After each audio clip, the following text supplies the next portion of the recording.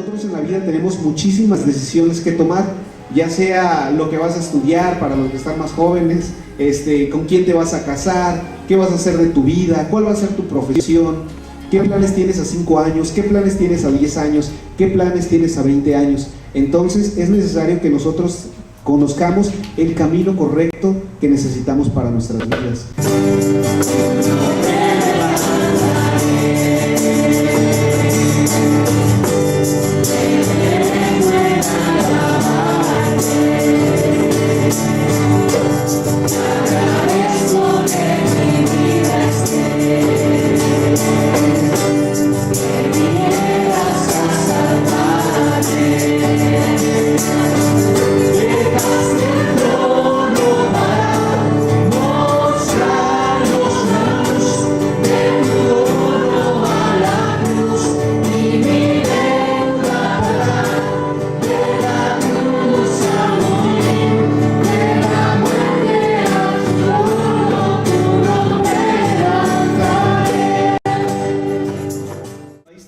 Del Señor, Marcos 6, 45 al 52, lo leemos.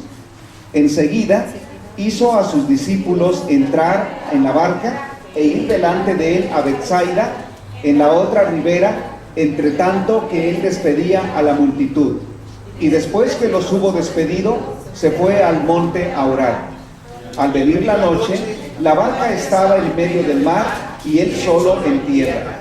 Y viéndoles remar con gran fatiga, porque el viento les era contrario, cerca de la 4ª vigilia de la noche, vino a ellos andando sobre el mar y quería adelantárseles. Y viéndole ellos andar sobre el mar, pensaron que era un fantasma y gritaron, porque todos le veían y se turbaron. Pero enseguida habló con ellos y les dijo: tened ánimo, yo soy, no temáis. Y subió en la barca y se calmó el viento. Y ellos se asombraron en gran manera y se maravillaron, porque aún no habían entendido lo de los panes, por cuanto estaban endurecidos sus corazones. Gracias a Dios. Este es el tema: ¿por qué ceder el control de tu vida a Jesucristo? Estoy utilizando la palabra control, porque esa es la parte más difícil, posiblemente es la parte más difícil de nuestra vida, entregarle a Dios el control. Leer o escuchar sobre el control hará que tengamos una reacción negativa. Control. Vamos a oponer resistencia. Y es porque choca con nuestra tendencia humana de ser autónomos e independientes. A ninguno nos gusta ser controlados por alguien más. Los niños pequeños le dicen a su mamá: yo solo, yo puedo solo. Un niño le decía a su mamá cuando estaban a punto de cruzar la calle: yo solito, mamá, yo solito, suéltame. Pero el control es una poderosa herramienta que conduce a la excelencia. Pensemos en una empresa productiva y altamente competitiva en el mercado local o nacional. Ellos, de un plumazo, sus directivos, deciden cerrar el departamento de control de calidad. ¿Resultados? Comienzan a producir productos con defectos. Bajarán las ventas, mermará la producción, se vaticina una segura quiebra. El control de calidad de esa empresa es importante porque mide los estándares, cambia o modifica los patrones de producción y garantiza su correcto funcionamiento. Así que esa empresa jamás pensaría en cerrar un departamento que mide el control de calidad. El control para ellos es sumamente importante, para una empresa. Pensemos en nuestra vida. ¿Cómo va nuestra vida? ¿Hay algún control de calidad para tu vida? ¿Existe un plan por medio del cual tú puedes medir si estás haciendo lo correcto o lo incorrecto? ¿Qué es lo que determina? ¿Qué es lo que te ayuda a considerar si estás bien o estás mal? Es muy común escuchar de algunas personas cuando dicen: se salió de mi control, se salió de mi control. Y tal vez hacen referencia a su salud, a una deuda, a una relación, a un problema, a una adicción. El problema es que nosotros no nos dejamos controlar. Ese es el problema más grande del ser humano. No queremos ser controlados, nos resistimos, queremos ser autónomos. Hoy nosotros vamos a aprender a entregarle el control a Dios. Vamos a aprender ¿Cómo podemos dejar que Dios controle nuestra vida? ¿Cómo permitir que Él tome el mando? ¿Cómo le vamos a hablar? ¿Cómo le vamos a ceder el volante, hablando en términos de un automóvil? ¿Cómo vamos a permitir que Él dirija nuestra vida? Los discípulos de Jesús, para ser verdaderamente exitosos, ellos aprendieron a entregar el control de sus vidas a Jesucristo. Entonces respondamos a la pregunta: ¿por qué ceder el control de tu vida a Jesucristo? 3 razones. La primera, porque solo Jesucristo sabe lo que conviene a nuestra vida. ¿Ustedes creen que solo Jesucristo sabe lo que conviene a nuestra vida? Sí. ¿Están de acuerdo con ese pensamiento? Sí. Pues miren lo que dice la Biblia. Enseguida hizo a sus discípulos entrar en la barca e ir delante de él a Betsaida. Durante ese día, Jesús había enseñado su palabra a las multitudes. Entonces se acercó Andrés, uno de los apóstoles, y le dice a Jesús: aquí está un muchacho que tiene ¿cuántos? 5 panes y 2 peces. Los 5 panes eran de cebada, era el alimento de los pobres.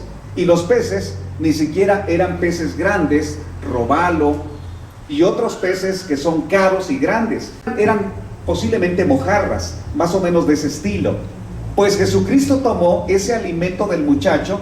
Ustedes saben que hizo una oración, lo bendijo y luego le pidió a sus discípulos que recostaran a la gente en grupos de 50. Dice la Biblia que había mucho pasto, y en esa ocasión se repartió el alimento de tal manera que comenzó la multiplicación. Vino el milagro de Dios. Todas las personas comieron en abundancia. Es más, dice la Biblia que al final recogieron 12 cestas de panes. La gente, con el estómago lleno, se dio cuenta que el que había repartido o el que había multiplicado 5 panes y 2 peces en más de 5, 20 mil o 25 mil panes, en más de 5, 10 mil o 15 mil mojarras, ellos dijeron: es fantástico, nunca habíamos visto a un hombre como él. ¿Quién es él? ¿Quién es? No, es Jesús, el de Nazaret. No cabe duda que a partir de ahora Él va a ser nuestro líder. Es más, ¿por qué no lo hacemos rey? Esa fue la idea de la gente respondiendo al milagro que Jesús les había hecho. Pues Jesucristo se dio cuenta que la gente lo quería hacer rey. Por ello es que obligó a sus 12 discípulos a subirse a la barca y cruzar el lago hacia Betsaida. Él y Jesús, entre tanto, despediría a la gente para que retornaran a sus casas. Después de eso, Jesús subió a un monte a orar. Más de un discípulo pensaría: ¿por qué Jesús está desperdiciando la oportunidad que el mundo nos da? ¡Qué gran oportunidad! Somos populares, somos importantes, tendremos poder. Exacto. Eso fue lo que Jesús también vio. Por eso tomó a sus discípulos y, para evitar que ellos cayeran en las trampas que el mundo hoy nos presenta, los subió a una barca y les dijo: retírense de aquí, váyanse de aquí. Entre tanto, Jesús se fue al monte a orar. Con esto aprendemos algunas lecciones. ¿Qué motivo tendría Jesús para forzarlos a entrar a la barca? Primero, Él conoce las intenciones del corazón engañoso. En Juan capítulo 6, versículo 15 dice: pero entendiendo Jesús que iban a venir para apoderarse de él y hacerle rey, volvió a retirarse al monte él solo. El Señor sabe lo que nos afecta. Él sabe cuánto nos puede dañar el poder, la popularidad, el prestigio. El Señor nos conoce. Por eso obligó a sus discípulos a entrar en la barca. Él sabe si nosotros necesitamos algo o estamos encaprichados con algo. El Señor sabe la diferencia que existe entre una necesidad y un lujo. Nosotros muchas veces no sabemos lo que nos conviene. Nos dejamos llevar por la vista, por lo que sentimos, porque se siente bonito, se siente padre. Sin embargo, el Señor Jesucristo conoce el pasado, el presente y el futuro de los años que vamos a vivir en la tierra. Jesucristo quería evitarle a los 12 apóstoles que ellos perdieran la visión. La visión que tenía Jesucristo para sus apóstoles no es que ellos fueran reyes, funcionarios públicos, que fueran siervos de un rey, que tuvieran mucho dinero. No, lo que Jesucristo quería como visión para ellos, para los 12, es que ellos fueran sus siervos, sus discípulos, para que llevaran después un mensaje a todas las naciones.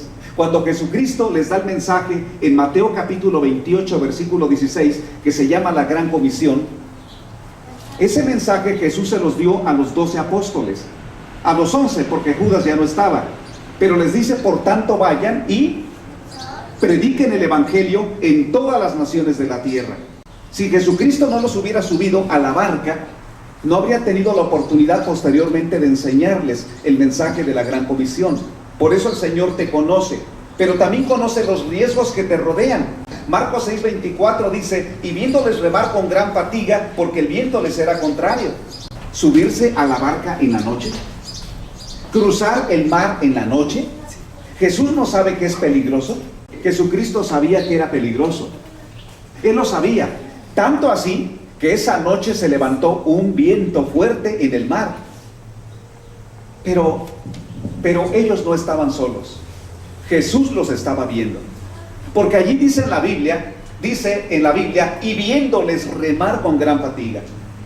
Cuando nosotros caminamos en la vida con dificultades, a veces podemos pensar que nadie nos toma en cuenta, que estamos solos, nadie sabe de mis problemas.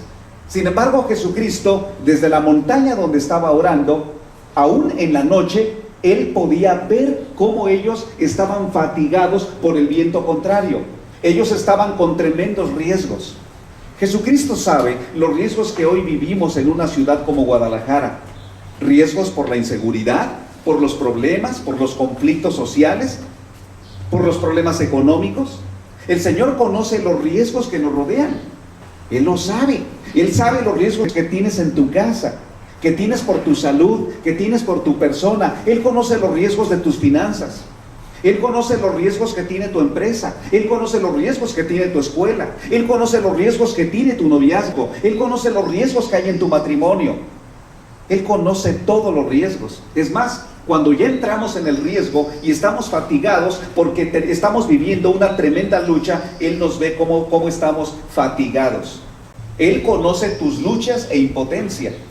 ¿Por qué? Porque ellos estaban fatigados. Y quiero decirles que cuando una persona está fatigada, dobla los brazos, se cansa. Cuando una persona está cansada por una relación y dice: yo ya no voy a hacer nada, ya me cansé, dejemos que el viento nos lleve a donde quiera. Es más, ya no hagamos nada por sobrevivir, dejémonos morir. Hay mucha gente que el día de hoy tiene ese tipo de impotencia. Ya no sabe qué hacer con sus problemas. Sus problemas han rebasado su capacidad de ser paciente, amoroso, amigable, esperar, orar, confiar en Dios. Hay personas que todo eso lo han tirado por la borda. Hoy simplemente están cansados, están fatigados. Te tengo una buena noticia. Mateo capítulo 6, versículo 8, Jesús dice: porque vuestro Padre sabe de qué cosas tenéis necesidad antes que vosotros le pidáis. Te tengo esa muy buena noticia. Cuando tú estás remando con gran fatiga, cuando tú te sientes impotente, cuando te encuentras en una situación de riesgos, el Señor sabe qué necesidades tienes. Él sabe que necesitas paz, tranquilidad, fortaleza. Él sabe lo que necesitas. Él sabe lo que necesita tu corazón. Solo Él sabe lo que hay en tu corazón. Job 15:9. ¿Qué sabes tú que no sepamos? ¿Qué entiendes tú que no se halla en nosotros? Este es un versículo que me fascina, porque me ayuda a entender que Dios tiene un conocimiento perfecto de nosotros. ¿Alguna vez has pensado que tú podrías cometer un error y quedarte solo? ¿Y que todos tus amigos te abandonarían? Y que dirían: en las buenas estoy contigo, pero en las malas, pues estoy muy ocupado, no te puedo ayudar. ¿Alguna vez te has quedado solo o sola por algún error que cometiste y muchas personas te dieron la espalda? ¿Sabes? Es interesante cómo Jesucristo se baja de la montaña y cruza el mar para llegar hasta donde ellos se encuentran. Jesucristo pudo haber dado la orden al mar que se calmara a distancia, que se calmara el mar, pero no. Jesucristo quería que ellos supieran que lo que va a calmar esa angustia y ansiedad que nosotros tenemos es la presencia de Él en nuestra vida. Por eso llegó hasta donde ellos se encontraban. para que ellos supieran que Él estaba al pendiente de sus vidas. Es muy común que cuando tenemos dificultades, nuestro sentimiento nos dice: Dios te ha abandonado. No debería existir un cristiano con esos pensamientos. Ese es un engaño del diablo. Porque cuando tú tienes el sentimiento de que Dios te ha abandonado, entonces tratarás de buscar alguna solución, pero fuera de Dios, porque Él te ha abandonado. El mundo ofrece un menú extenso de aparentes soluciones cuando estamos mal.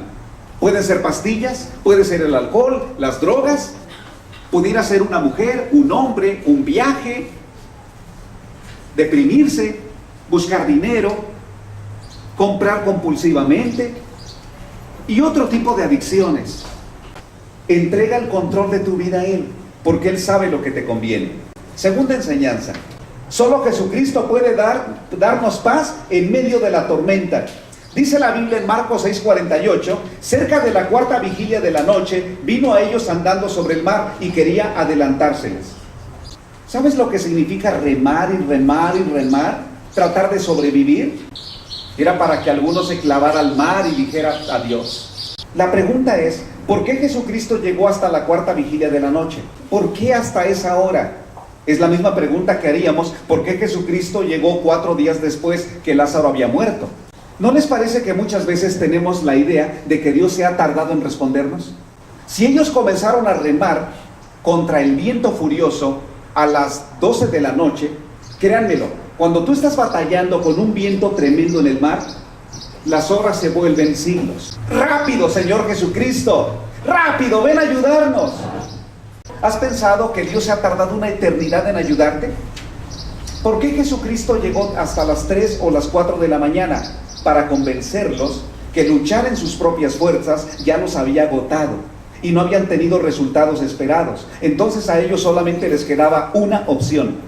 La única opción que les quedaba era ceder el control de sus vidas a Dios.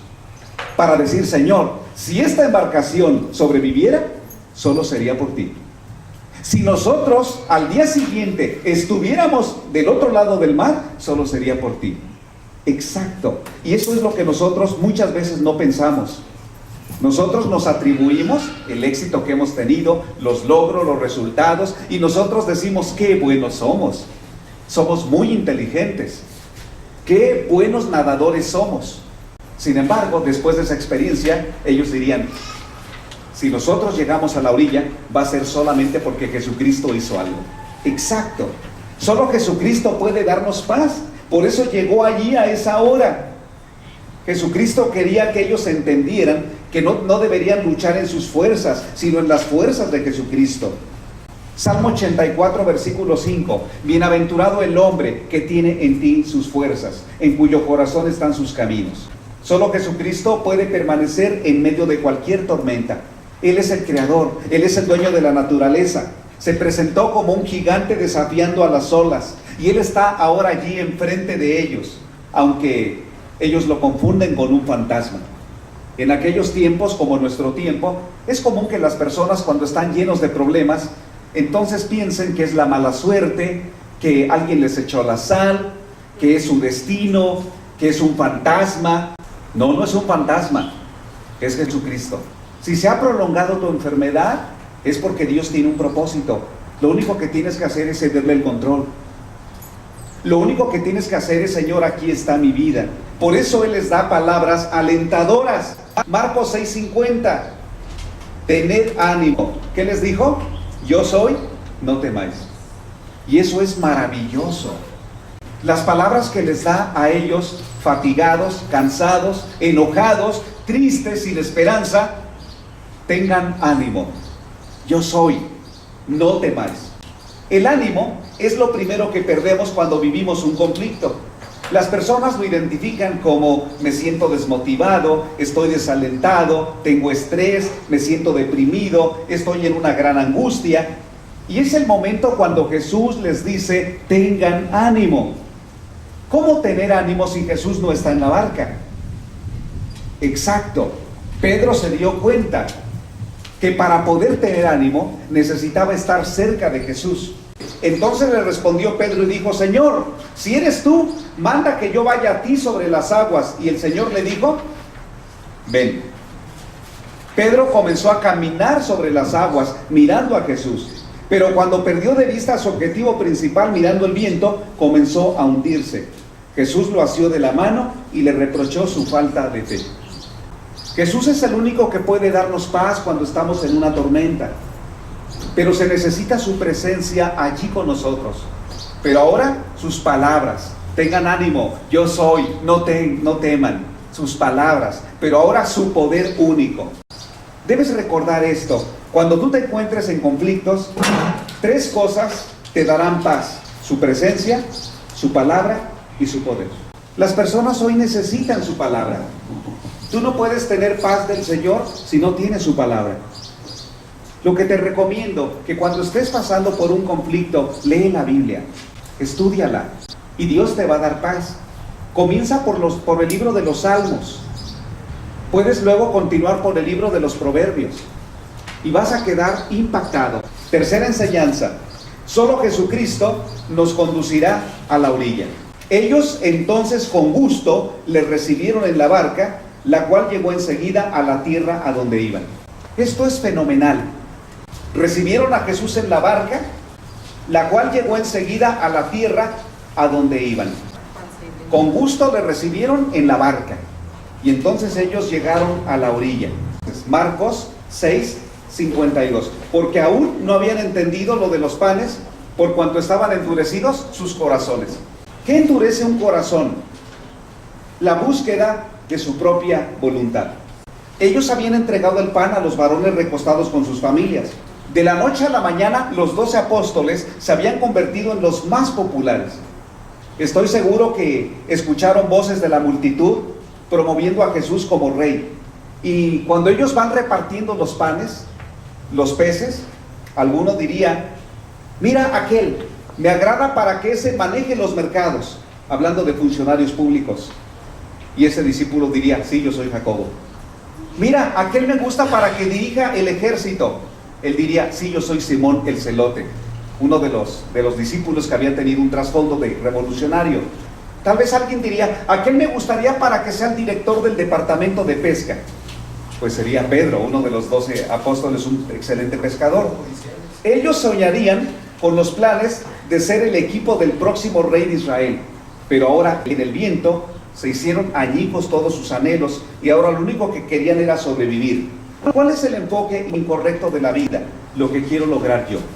¿Qué quiero lograr? ¿Qué quiero hacer? ¿Qué pretendo? ¿Qué necesito? ¿Qué resultados quiero lograr yo? El enfoque correcto de la vida es lo que Dios quiere producir en mí. ¿Qué quería producir el Señor en la vida de los 12 apóstoles al subirlos en la barca? Confianza en Él, que le cedieran el control de sus vidas a Él, que no buscaran lo terrenal.